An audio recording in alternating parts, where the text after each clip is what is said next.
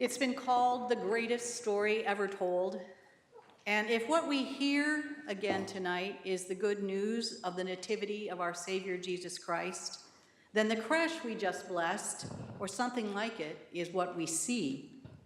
It is the image of Christmas, at least the image of Christmas you would find in a church. No matter where you go in the world at Christmas time, if you go into a Christian church, you will find a representation of the nativity story, a lot like this creche.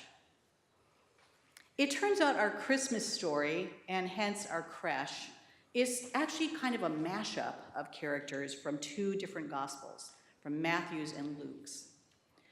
Only in Matthew, for instance, do we encounter the three magi who, following a star, come to a house in Bethlehem bearing gold, frankincense, and myrrh. In our tradition, they come after Jesus' birth, sometime after. We celebrated at Epiphany. And we actually do have the camel here already, though, so it's an advanced camel.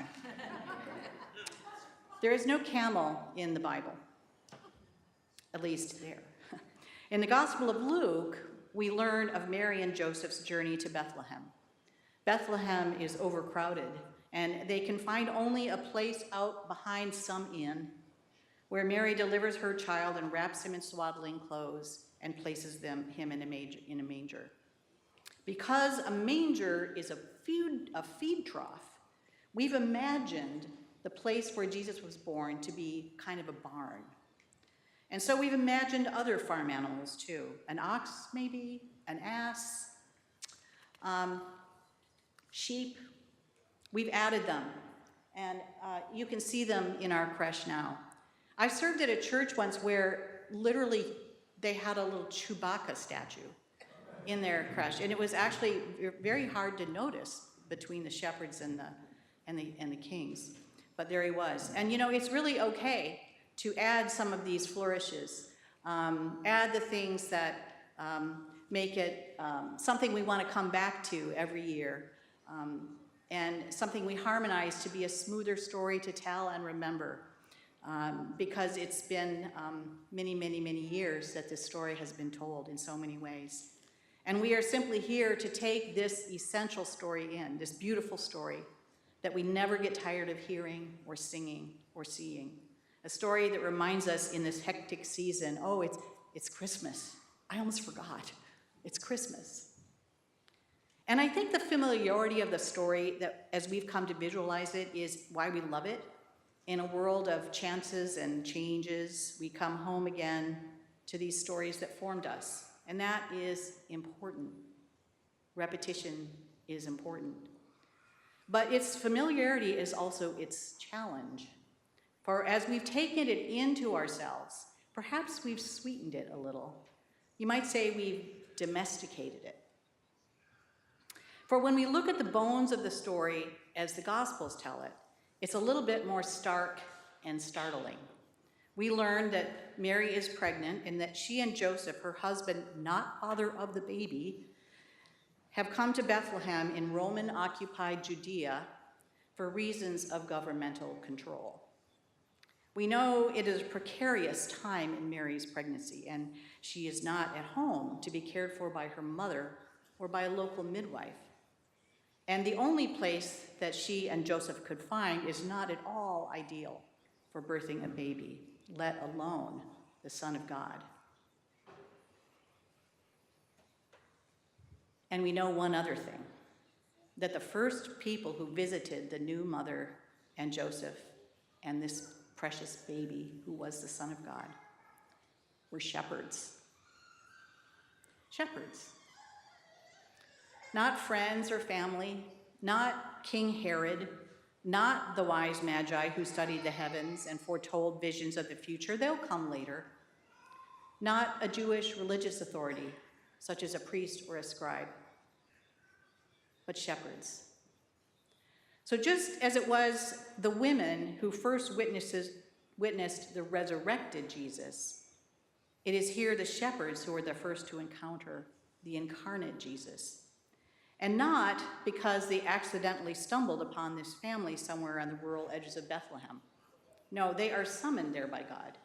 They come because an angel of the Lord sent them to bear witness. So what do we know about shepherds in the ancient Near East? They were what today we would call essential workers. That is, we value the product of their labor, and we'd fall apart without it.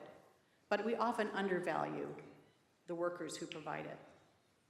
Shepherds were essential because sheep were essential, not just for their meat and wool, but because theirs were the lambs who would be sacrificed at Passover. Shepherds were not permitted to come inside the village gates. They lived as outsiders, and they lived outdoors. They must have been filthy, smelly, perhaps a little uncouth. Now, in those times, all the sons in a father's family would start out as shepherds. The job was then passed along until the youngest of all became the family shepherd. Largely separated from their family, so the youngest son would be the one sent out and be separated from his family. And his job was to protect their flock from wild animals or thieves. He would have to wrangle difficult sheep and find food for them. Not so hard when there was plenty of grass, but in some seasons this meant finding trees or bushes, whatever could be found in the Judean desert. He would have to find water for his sheep and protect them from weather or slips or falls. No vet to take them to. And he was the one who would bring the lost ones back to the herd. The shepherds worked together, sleeping in shifts, always on watch. That is why they were awake that very night. But these are brave, observant, strong, resourceful men, stewards of these valuable animals. But they were in the social strata of that time, nobodies. And yet, God sent an angel to tell the shepherds first, and they did what the angel told them. They went, they witnessed the baby who was born to save, and Luke says, when they saw this, they made known what had been told them about this child. And all who heard it were amazed at what the shepherds told them. And again, the shepherds returned, glorifying and praising God for all they had heard and seen, just as it had been told them. The shepherds were on fire. They were God's influencers, y'all. And these lowly ones who weren't supposed to go beyond the gates into Bethlehem, well, they did. They did. And they began spreading the word. It's easy, I think, to think of shepherds as part of the Christmas story, just part of the creche. And so this detail that shepherds were the first to know goes right by us. But it was meant by Luke to be shocking, because Luke wanted everything people expected to see in a Messiah to be upended.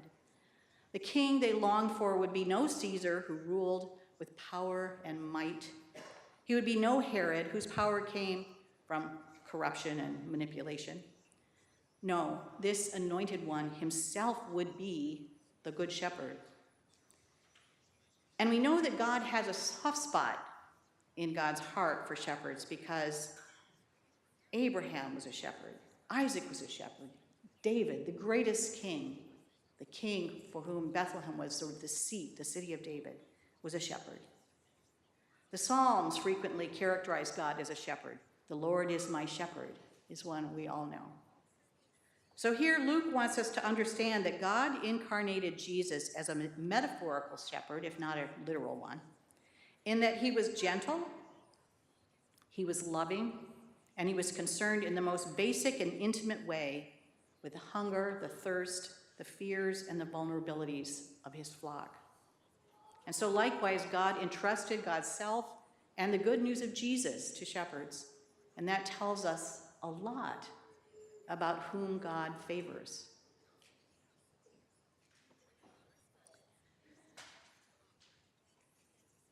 What if we were more like these shepherds? What if every Christmas we came back to this story as the shepherds first did, open, curious, and hopeful for promised good tidings? What if we were as able to be humbled, awed, and amazed by the greatness of God as they were? What if we tended to the sick, to those who needed protection or food or shelter as gently and faithfully as they did their sheep? It was unruly shepherds who were the first to proclaim as they burst through the gates of Bethlehem, God has come to us. We have seen it. We have seen the baby Jesus, and he is one of us. What if we were as uninhibited as they were in bringing good news to others, whether in words or actions? And what if we remembered that sometimes the good news storms the gates and disrupts our quiet and comes from a source or in a way that we have not always welcomed? On this Christmas Eve, we unearth a story that is all but buried in the holiday industrial complex.